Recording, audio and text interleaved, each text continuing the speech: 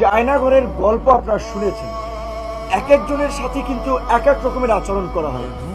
আমাকে 18ই জুলাই ভোর রাতে বা মধ্যরাতে 3টা কি 3:30টার দিকে আমাকে তুলে নিয়ে যাওয়া হয়। আমি তো আমার ছোট বাচ্চা আমার কাপড়ে প্রস্রাব করে দিয়েছিল, আমার কাপড়টা ভিজা।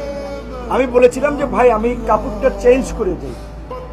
চিলে যেমন স্বীকার করে ঠিক অমনি ভাবে গেঞ্জি এখানে আমাকে একেবারে চাই দোলা করে আমাকে নিচে নামানো। আমার বাচ্চা প্রস্রাব করা কাপড়টা পর্যন্ত আমাকে চেঞ্জ করতে দিল, আমার পায়ের জুতাটা পর্যন্ত আমাকে নিতে দেয় নাই। কিন্তু গাড়িতে উঠে এই জম টুপি বলে যেটা, কালো টুপি পরাইলো, হাই সাউন্ডে মিউজিক গাড়িতে, অর্থাৎ আশপাশের কোনো শব্দ টব্দ আমি শুনতে না পাই। তারপরে রাতেই নিয়ে গেল, নিয়েই চোখ মুখ বেঁধে জিজ্ঞাসাবাদ এবং সেই সাথে অমানবিক, মানে বলতে পারেন যে আপনার অমানবিক মারধর করে। তারপর যে আমার শরীরে কাঁপুনি চলে আসে, আমার মুখ দিয়ে লালা বের হয়ে যায়। তারপরে তারা ডাক্তার আনে, তাদের সিস্টেম কতটুকু মানে মানসিক নির্যাতন করার জন্য উন্নত সিস্টেম। এই নির্যাতন করে তার ডাক্তার আনে, ডাক্তার চোখ বাঁধা আমাকে ইনজেকশন দেয়। আমি ইনজেকশন দেয় কিসের ইনজেকশন, এটা কি ভালো না মন্দ, এর সাথে কোনো জীবাণু ঢুকাই দিচ্ছে আমি তো জানি না। আমি চোখটা কাপড়টা একটু সরিয়ে ভদ্রলোককে দেখার চেষ্টা করছিলাম, সে কাপড় আমার হাত ধরে ফেলছে। ওনারে কথা বলতে বলতে জিজ্ঞেস করলাম, উনি বলে আমাকে মাঝে মাঝেই এরকম আনে। তারপরে রাতে ঘুমেই পড়ি, সকালবেলা খাবার দেয় অন্ধকার ঘরেই। একটা ছোট্ট মহসিন হল ঢাকা বিশ্ববিদ্যালয়ে যারা গেছেন, নিচে যে সিঙ্গেল রুমগুলো থাকে ওইরকম একটা রুমের মধ্যে বাথরুম, লাইট নেই, খাবার দিছে মোমবাতি জ্বালাইয়া, দিনের খাবার না রাতের খাবার আমি জানি না। তবে আবার জিজ্ঞাসাবাদের জন্য সকালবেলা খাওয়ার পরে নিয়ে গেল, মারধর করা হলো। কারণ হচ্ছে আমি নাহিদ এবং সার্জিসের সাথে ফোনে আলোচনার পরে ওদেরকে বলেছিলাম যে এই 8 দফা দেওয়া যায়। তখন বলছিল যে ভাই আপনি একটু লিখে পাঠান। আমি মেসেজ করে পাঠাইছি।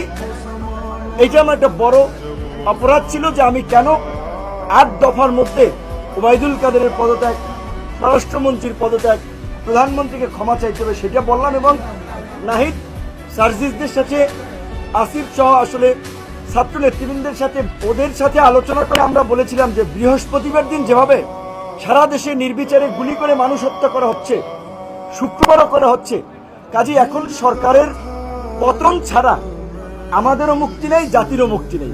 কাজে নির্বিচারে গুলি, শান্তিপূর্ণ সমাবেশে নির্বিচারে গুলি চালিয়ে ঘাতক সরকারের পদত্যাগই এখন গণদাবি। এটা তো ওভার ফোনে আলোচনা করতেছিলাম, যেহেতু হোয়াটসঅ্যাপ বন্ধ, এই কনভারসেশনগুলো তাদের ছিল। এই কারণে বিশেষ করে আমাকে বেশি টর্চার করেছিল এবং ওই দিন নাহিদকেও নিয়ে এসেছিল। আমাকে চোখ খুলে দিয়ে নাহিদকে দেখছে যে কিন্তু নাহিদ দুইটারই ক্রসে দিয়ে দেবে। নাহিদের হয়তো আমাকে দেখাইছে চোখ বেঁধে, আমাদেরকে যে ক্রসে দিয়ে দেবে এরকম ভাবে, যে কত শত শত মানুষ ক্রস ধারে দিয়ে দিচ্ছে, চোখ মতো দু একটা দিলে কি হবে, তাদের আচরণটা এরকম ছিল।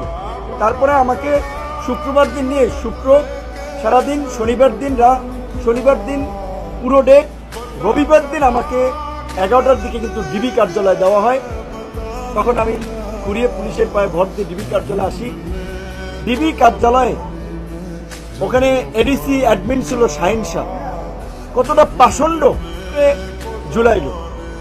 ঝুলাইয়া শরীরে পায়ে মারলো।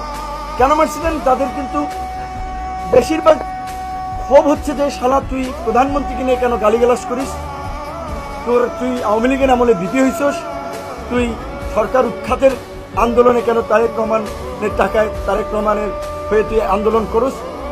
এই ল্যাঙ্গুয়েজ মানে প্রফেশনাল কোনো খুব জিজ্ঞাসাবাদ না, জিজ্ঞাসাবাদ যা করেছে। আবার একটু দেখেন এই যে নাট্যকার